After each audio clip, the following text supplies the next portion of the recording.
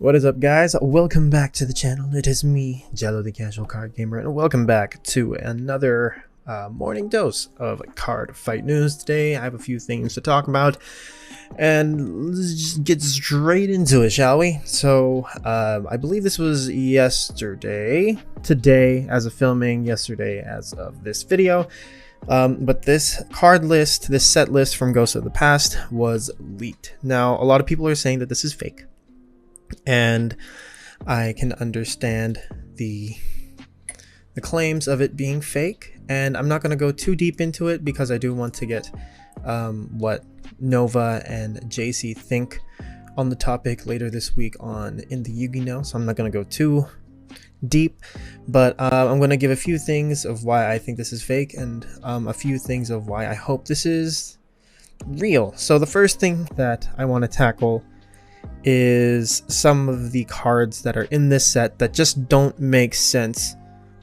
being here with how the rest of the year is gonna go in terms of set releases. And the first thing that I wanted to talk about were Shaddoll Schism down at the bottom, Lightning Storm, I believe that is, very close to it. The row up to the right by one is there also, and then the biggest one that kind of throws me off here is Harpy's Feather Duster. Now the reason why I don't think that this is real is mainly because of these three cards. One, and you could throw Red Eyes Fusion into the mix too, and Red Eyes Fusion is a little different in terms of the reasoning, but I feel like this can't be real purely based off the fact that this just got a reprint last year as a common in Legendary Duelist Season 1, albeit it was a little hard to get, but it was still a common nonetheless. So people who wanted to get their budget Dragoon engine going didn't have a very hard time getting it. And this also already has, I believe it's a super, and I don't know what other rarities it has right now.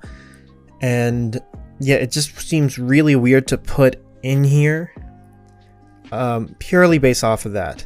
And the opposite for Lightning Storm and Shaddoll Schism. These two are supposed to be, they haven't been confirmed yet, but I'm probably like 90 to 99% sure that these are going to get reprinted in the 2021 Megatins, because of course these were printed last year and they are pretty well sought after cards right now. Of course, Lightning Storm being $100+ and Shaddoll Schism making its way up there. You know, I don't see them putting it in here and then having it come out again in 2021.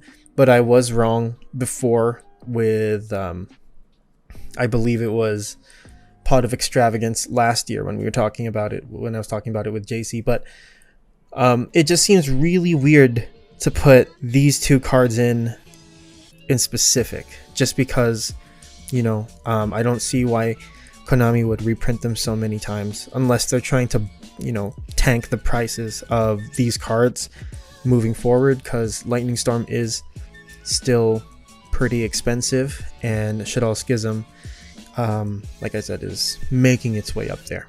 Now, one of the reasons why I hope this is real, so Harpy's Feather Duster is kind of an odd one to add to this list as well, just because they already reprinted it in Maximum Gold.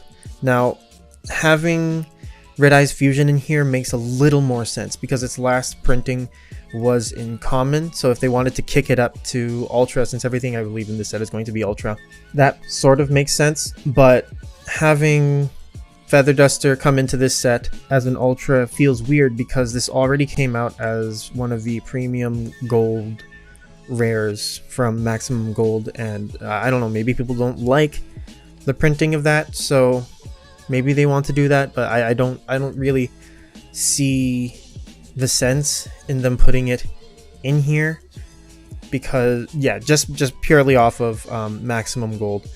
And the reasons why I hope this set is this list is real is because I can see the Holy Knights here.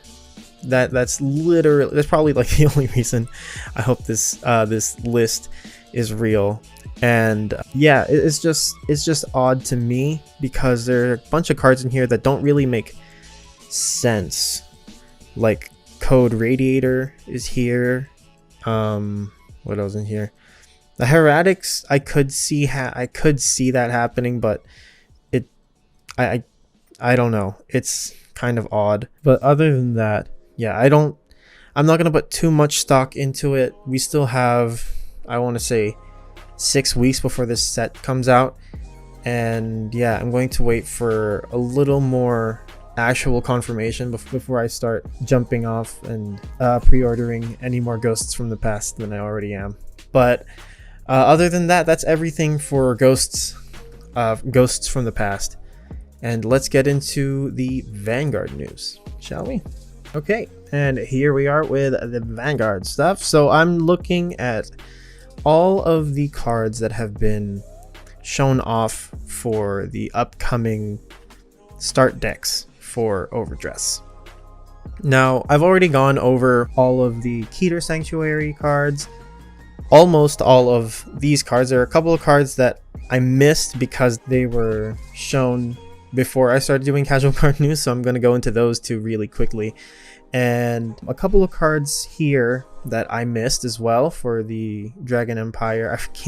I still haven't checked what what the nation's name is, but there are a couple of cards that I missed, as well as one card that was revealed today as of recording yesterday as of this video, and nothing new has happened in pretty much everything else. So let's get straight into the new cards. So the new card here is this bad boy, and it is called Sunburst Evolution. So as you can see, it's Vairina, literally just, you know, on fire because it's a sunburst.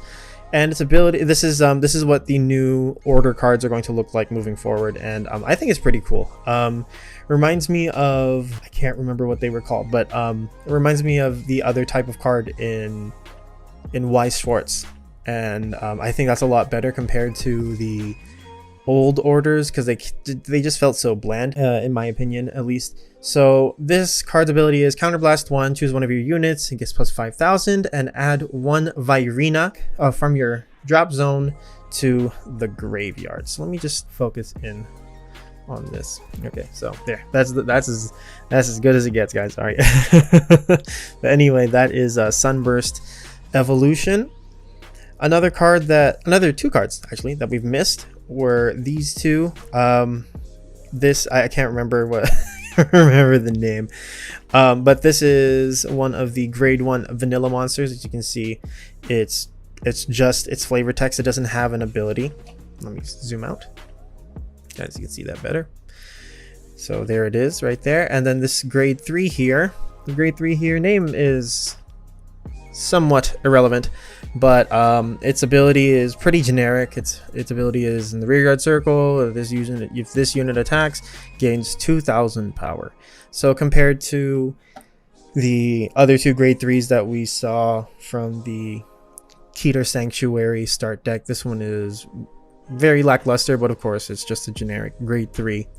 But it also does have the Persona Ride ability here, so it isn't completely useless.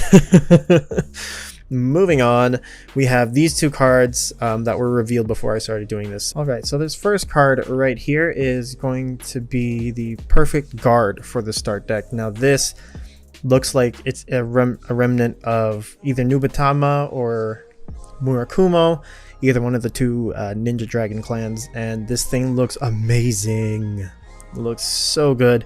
Now its ability is the rear guard in the guardian circle. You place it, discard a card, and basically nullify the attack that is happening.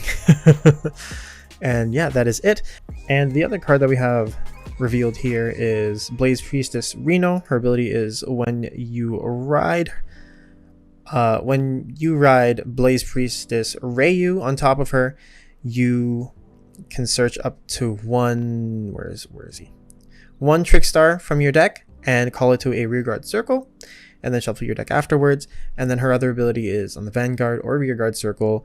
During the battle that she attacks, she gains 2,000.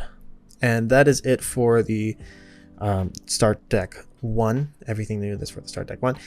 And now we're going to move into, I believe this is Start Deck 2. So these two cards were revealed before I started doing coverage for anything. And its abilities are pretty simple. So this unit, I have no idea what the name is. I tried to look and I couldn't find it very quickly. But its ability is when it attacks or boosts, if your Vanguard is Violence Bruce, you get to Soul Charge 1. And if you are in Final Rush, on top of that, you get to Soul Charge another 1. So it lets you activate, it lets you get closer to being able to use Violence Bruce's Soul Blast 5 skill pretty easily. And this order card right here is called Brother's Soul, and it literally just lets you Soul Charge 2. So that's pretty good. So far this deck is starting to shape up really nicely, and I'm really liking the aesthetic of the Spike Brothers mixed in with Pale Moon and Gear Chronicle right here. But anyway, guys, that is it for today's casual card news. I hope that you guys enjoyed my babbling for the past 10 to 15 minutes, depending on how long this video is after editing. But anyway, don't forget to like and subscribe.